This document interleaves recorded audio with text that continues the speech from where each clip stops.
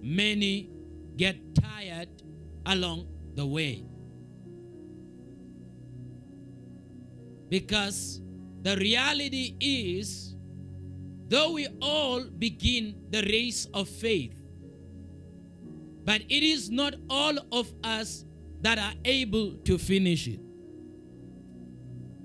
It is not all of us that are able to sustain the journey of becoming believers. Like indeed, the parable of the sower, where it speaks about those who have received the word. Some is like a word that falls by the wayside. By some is like the word that fall amongst the thorns. And yet he say, and yet some is the word that falls on the good ground and it bears fruits, and some 60, some 70, some 100. But we have to understand that it is all seed, and it all came from one sower. Yet it all did not land in the right place. So it says the one that fell by the seed that fell by the wayside, it was the seed that began to grow. But in its growing, it immediately fell or scorched by the sun because it did not have the root.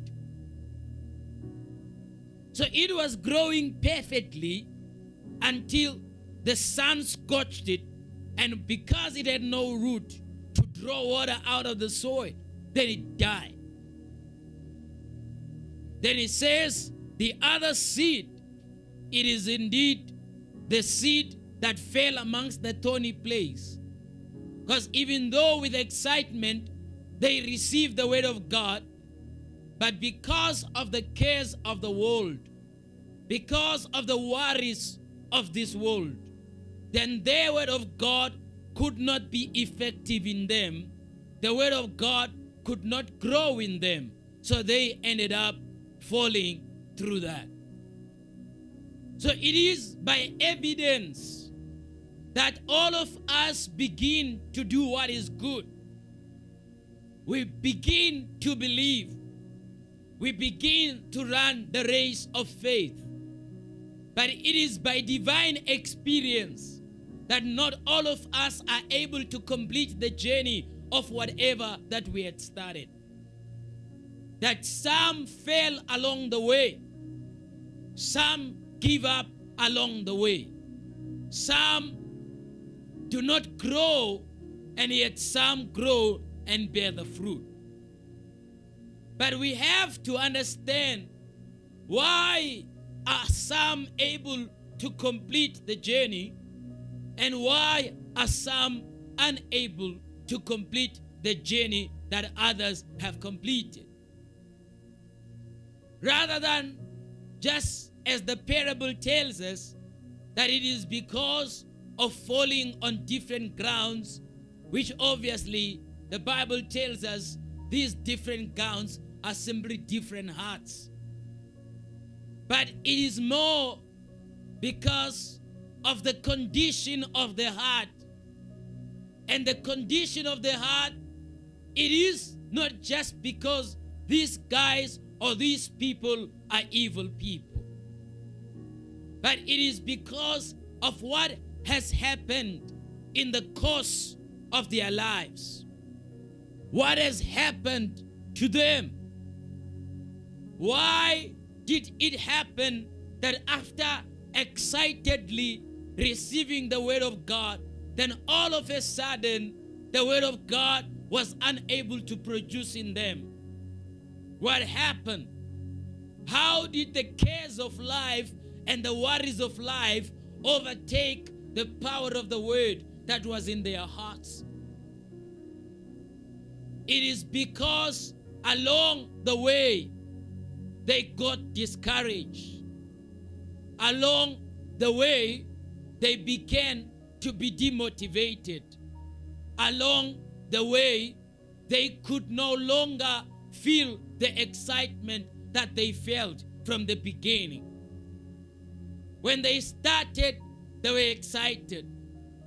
When they started, they loved what they were doing. When they started, they were so joyous. They were happy all the time. They laughed all the time. But as they began to continue, it was no longer feeling the same. It was no longer feeling like how it used to be before. Now, the problem with our human nature is that our feelings can take a toll on us. How we feel sometimes can make us end up making permanent decisions out of temporal feelings. But we forget at the moment of our feelings that every time we feel something, it is only for a moment, not permanent. So, because we are people who love to go according to how we feel, we then make a permanent decision out of temporal feelings. Because we don't feel like it's working, then we decide that the other days this word of God was working for me, but today it feels like it's no longer working for me. Then you cancel the word of God in your life because of a one day that it felt like it was not working. Then you easily forget about the days when it was exciting. Forget about the days when it was working. Forget about the days when it did well for you. But because of how you feel, you tend to make a decision. So many of us are destroyed in our walk of faith because we base our walk of faith based on what we feel. Now, our feelings are deceptive. Our feelings are never truthful.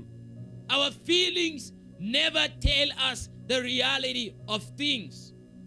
So if we base our faith based on what we feel, then we are bound to give up on the way. We are bound to be discouraged on the way. We are bound to take the towel and throw it away on the way because we depend on how we feel. So the reason many give up along the way is because of being overwhelmed by discouragement, of being overwhelmed by the things that temporarily have actually seemingly tried to overwhelm you. Because you are feeling overwhelmed, discouraged, down, that I used to be a tither, I used to be a giver, I was faithful in giving, but right now I'm broke. Right now I don't have money. The more I have given, it looks like the more I'm suffering. Then how do I continue to give if this continues to happen? You forgot that even the money that you gave to God, it was also given by Him to you. Even the tithe that you gave, it was given by Him to you. You forgot about the time that He provided for you to be able to give. He provided for you to be able to die. You forgot about that time. Now you are thinking about the moment that you don't have nothing. And because of that, you vow and say, I will never give again. I won't give again because you feel discouraged at that moment. You feel demotivated at that moment. That I've been working for God. I've been working for God for many years, and yet my life has nothing. My life has not changed. Things remain the same for me. I look at other people's lives, and it looks like they are progressing. It looks like God is doing something for them. Yet they came after me. Yet they came after me, and I was always there working for God. I sweep the church. I make sure that I'm there. I serve the men of God. I do what I need to do. But it looks like the people who just arrive are the one who testify. But I, that has been around for a long time, I don't testify. Then you, because of that, begin to be discouraged. So there are many things that causes our walk of faith to crumble. So the Apostle Paul speaks to the Galatian church, and he tells them that, brethren, do not be weary in doing good, because in due time you will reap if you do not give up. Now, family, this is a statement of fact. This is a statement spoken out of seeing the situation. This is a statement spoken out of understanding what was happening in the life of the Galatian people. The Apostle Paul spoke to them because he could see they were being discouraged, because he could see they were ready to throw away the towel. Then he tells them that, brethren, do not be weary in doing good. Because sometimes you can be doing something that is good and be tired of doing it. And be tired of doing good because though you do good, it looks like nothing is happening for you. Yet other people who do evil, their lives are progressing. Things are happening for people who have no regard for what is good. You who help people, you who does a lot for people, you who does a lot of right things, it looks like nothing is happening for you. So your good seemingly has no reward. So the Apostle Paul says, it is possible to feel tired of doing what is good. Because sometimes you will ask yourself, why did the wife of Job speak the way that she spoke? Why did she tell Job and say, why don't you curse God and die? Why don't you curse God and die? Because she found it was not profitable to be righteous. Because if you are righteous and your children die, if you are righteous and you lose all of your wealth in one day, if you are righteous and all of your workers die, if you are righteous and all of your feet bends during the day, you just told God that you are sorry for everything. You sacrificed to God. You gave to God. You did everything. Then all of a sudden, after doing what is good, this is what happens to you.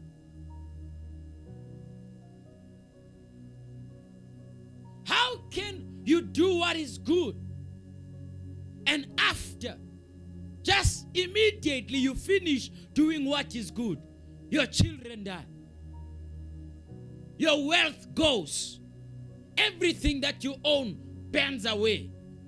So the wife of Job was discouraged. She said, does this mean to do good does not help?